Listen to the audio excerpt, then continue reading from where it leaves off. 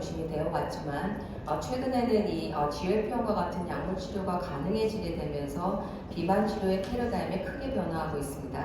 하지만 앞으로는 이 두 가지를 우리가 병렬적으로 볼 것이 아니라 보다 통합적으로 이해하고 병용하는 관점이 필요하겠습니다. 그래서 오늘 저의 발표에서는 식이요법 중에서의 간헐적 단식과 약물요법에서의 GLP-1 기반 사이에 공통적으로 작동하고 있는 메타볼릭 메커니즘에 주목하고자 합니다.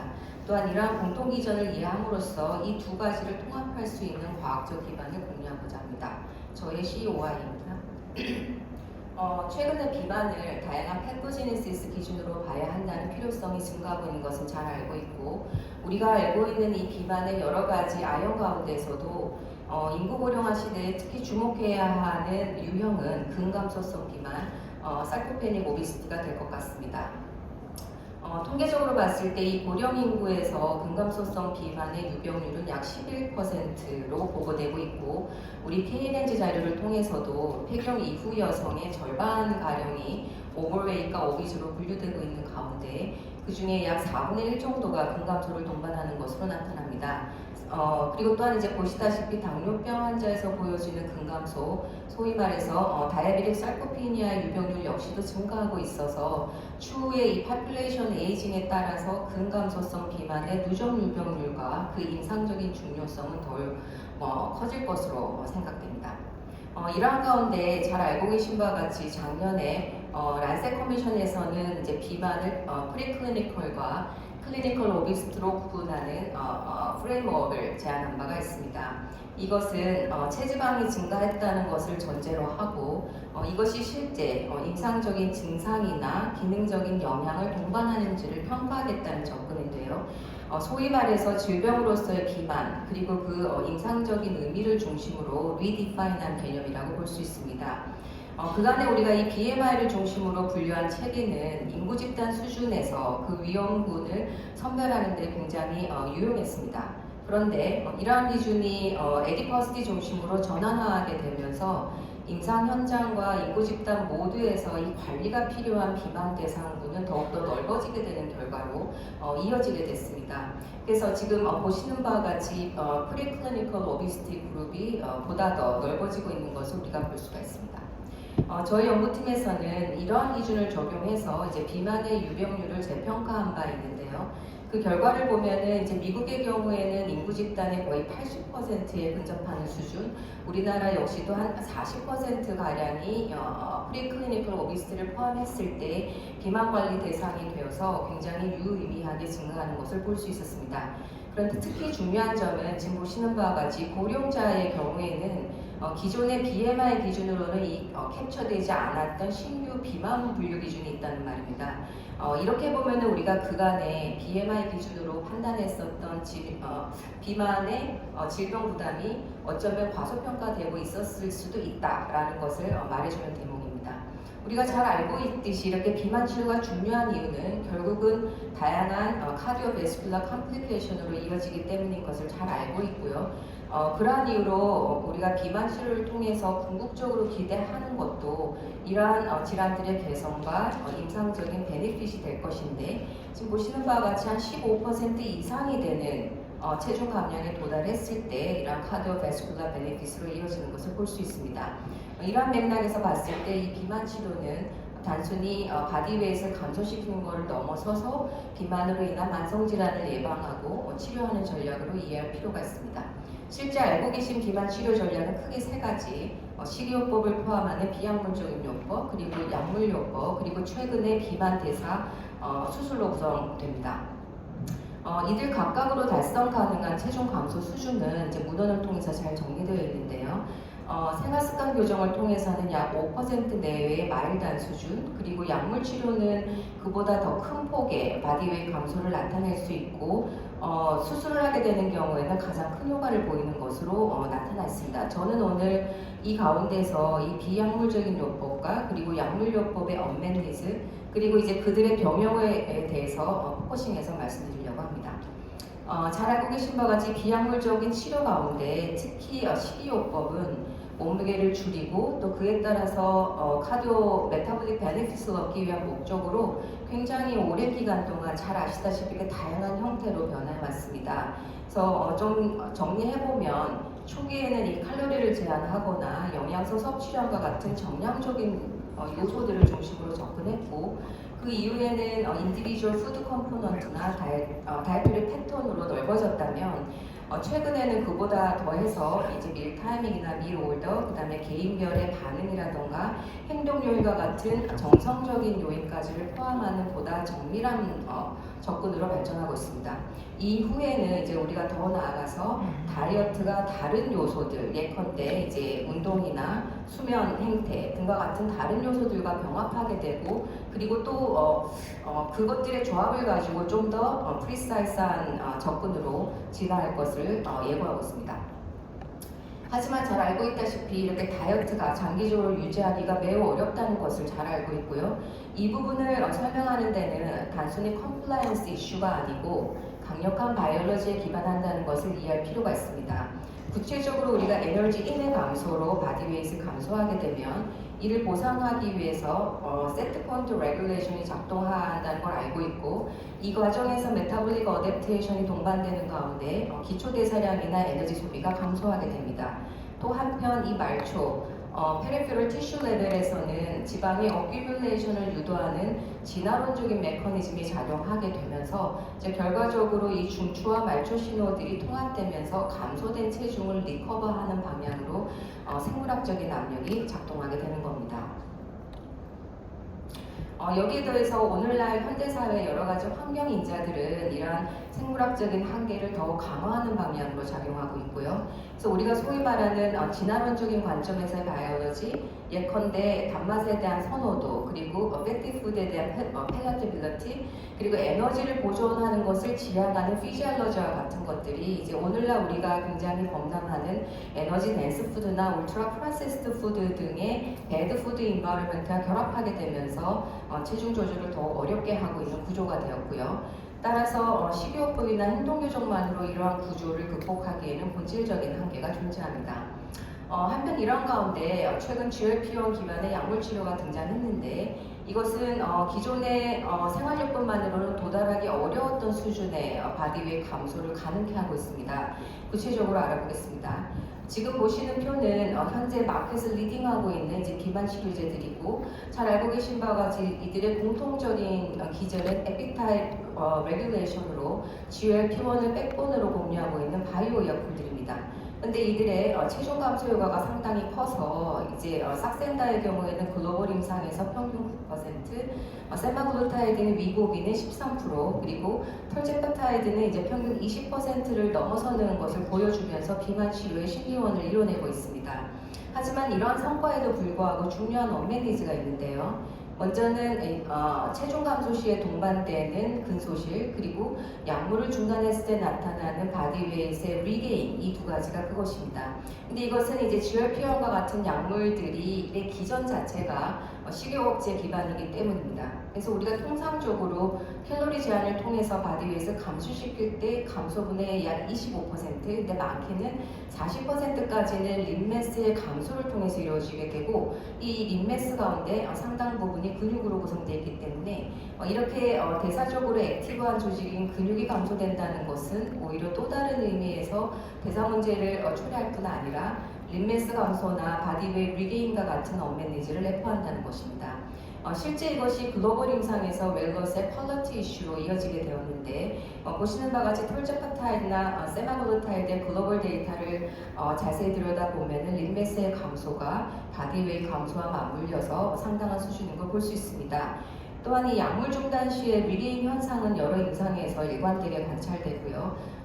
스텝 스터디나 썰마운트 연구에서도 GLP-1을 지속한 경우에 있어서는 감량이 비교적 유지되지만 중단 시에는 유의하게 리게인이 나타나는 것을 볼 수 있어서 이제 결국 이 GLP-1 약물들은 우리 몸무게를 빠르게 감소시킬 수는 있지만 바디 컴포지션이나 장기 유지 측면에서는 한계가 있다는 것을 보여주고 있고요.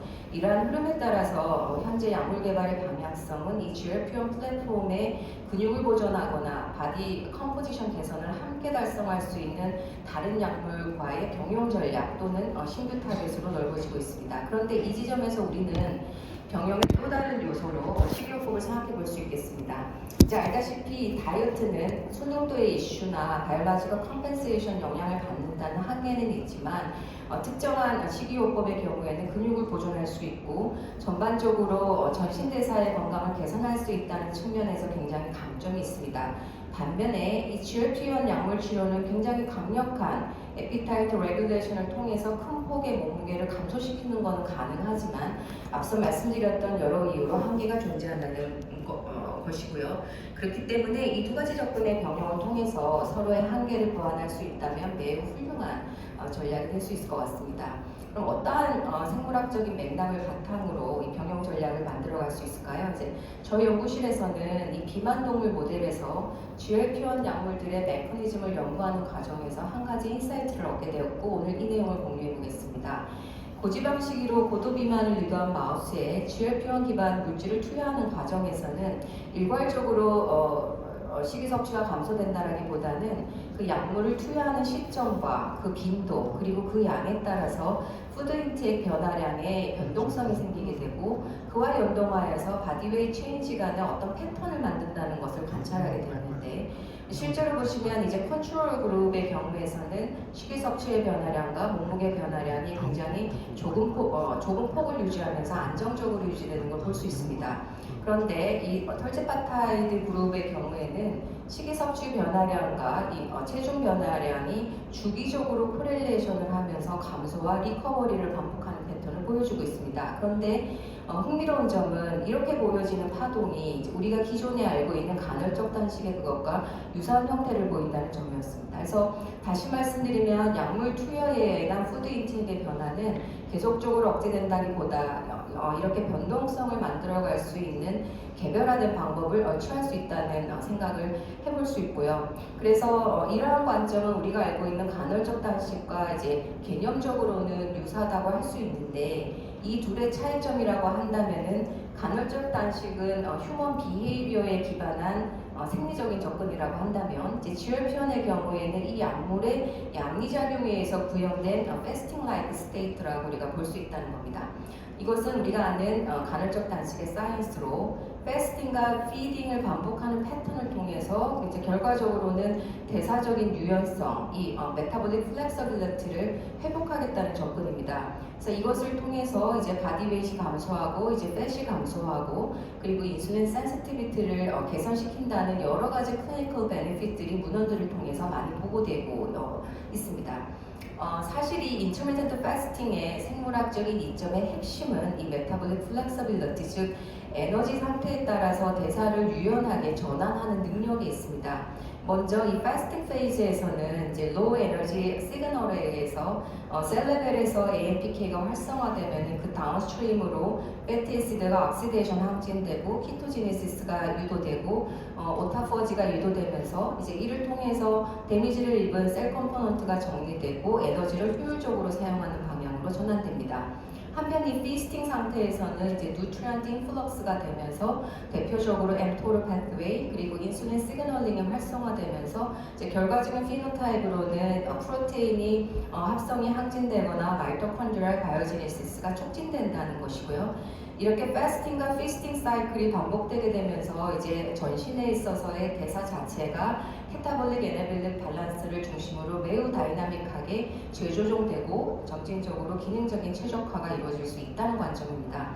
그래서 이렇게 여러 임상적인 베네핏이 보고는 되지만 역시 휴먼 비헤이비어에 기반하다 보니까 수능도의 이슈, 장기 유지 이슈 이런 부분에서 한계가 존재하는 거라서 여기서 우리가 생각해 볼 수 있는 것은 이 간헐적 단식의 생리적인 이점을 휴먼 비헤이비어에 기반하지 않고 GLP-1의 양리 효과로 우리가 구현을 하고 또 한편으로는 식이요법으로 이 약물의 언맷 니즈를 보완하는 디자인을 한다면 이제 궁극적으로 우리가 원하는 형태 예컨대 이제 팻을 프리도미넌트하게 감소시키고 근육을 프리저브하고 인슐린 감소성과 대사 유연성을 개선시켜서 결과적으로 바디웨이트의 세트 포인트 자체를 낮아지게 하는 방향으로 해볼 수 있지 않을까라는 기대를 할 수 있겠습니다. 실제로 이 GLP-1 약물에 대해서 생활요법의 병용 전략에 대해서는 운동을 중심으로 몇몇 랜드마크 임상 연구 결과들이 있습니다. 지금 보시는 것은 노볼 놀디스크에 의해서 시행됐던 임상 연구인데 운동 단독과 GLP-1 단독 그리고 운동과 약물의 병용 치료를 비교했을 때 병용 치료군이 가장 우수한 체중 유지 효과와 바디 컴포지션 개선에 나타났다는 결과였고 더욱 중요한 점은 약물 단독군에서는 약물을 중단하게 된 경우에 바디웨이트 다시 증가했지만 운동을 병행한 경우에는 보다 더 감량을 유지하고 있다는 점을 보여줬고 이것을 통해서 알 수 있는 것은 이제 약물로 만들어낸 이 감량을 우리 운동이나 생활요법이 잘 유지하고 안정화시키는 역할을 할 수 있다는 메시지를 줍니다. 이와 관련된 메타 분석 결과도 유사한데 이제 GLP-1과 생활요법을 병행했을 때 체중 감소 측면이나 대사 지표의 개선 측면에서 유의한 어딕티브 이펙트가 확인됩니다. 다만 한 가지 한계라고 하면은 식이요법 단독과 식이와 약물을 병용한 것을 직접적으로 비교한 연구는 아직까지 제한적이어서 어떠한 식이 전략을 약물로 병행했을 때 가장 높은 효능이 나타날지에 대해서는 아직 연구적으로 충분히 정립되지 않은 상태입니다. 그래서 앞으로 우리가 증명해야 할 연구 토픽들이 많을 것 같은데요. 어떠한 다이어트리 레지멘을 접목하는 것이 좋을지를 먼저 고민해 봐야겠습니다. 현재 GLP-1 계열의 중요한 해결 과제인 웨이트 리게인은 사실 세 가지 중요한 요소, 예컨대 배고픔, 그리고 에너지 소비가 감소된 거, 근육량이 감소된 거, 이러한 요소를 중심으로 일어나기 때문에 이것들을 중심으로 무엇을 병용해야 될 것인가에 대한 프레임을 만들어 볼 수 있을 것 같습니다. 그래서 우선은 우리가 이 약물로 패스팅을 만들고 배고픔을 양리적인 효과로 먼저 제어를 할 수 있다면 거기에 더 추가로 병용으로는 먼저 이제 근육 보존을 할 수 있는 접근, 두 번째는 메타볼릭 레귤레이션을 할 수 있는 접근, 그리고 마지막으로는 전신에 있어서 카디오 메타볼릭 베네핏을 개선시킬 수 있는 그런 목표로 병용한다면 서로 상호적이 될 수 있을 것 같고 그와 관련된 이 식이요법에 대한 전략들은 아래 조금 열거해봤습니다. 물론 이것이 실제로 RCT나 이런 임상 연구를 수행해서 효과를 검증한 결과라기보다는 우리가 현재까지 알고 있는 GLP-1의 바이올로지 그리고 우리가 알고 있는 여러 가지 식이요법들의 메타볼릭 이펙트나 언더라인 메커니즘을 기반으로 문헌들을 기반으로 종합해 봤을 때 제안해 볼 수 있는 틀이라고 보시면 되겠습니다. 그래서 현재는 이제 아직까지 과학적 근거가 조금 RCT를 통한 것은 제한적이긴 하지만 그 기전적인 타당성을 고려해 봤을 때 이러한 병용 전략은 임상적인 유의성을 가질 가능성이 높다고 보고요. 그럼에도 불구하고 향후에 클리니컬 밸리데이션이 필요한 영역이라고 하겠습니다. 오늘 말씀드린 내용을 정리하면 이렇습니다. 먼저 현재의 비만 치료는 얼마나 줄이냐에서 얼마나 잘 유지하느냐로 패러다임이 이동하고 있습니다. 이러한 관점에서 봤을 때 식이요법과 약물 치료를 통합하는 접근은 매우 중요합니다. 앞으로의 비만 치료는 이 단순 병용을 넘어서 각각의 병태에 기반한 기전 기반의 통합된 치료 전략으로 발전해 나가야 된다는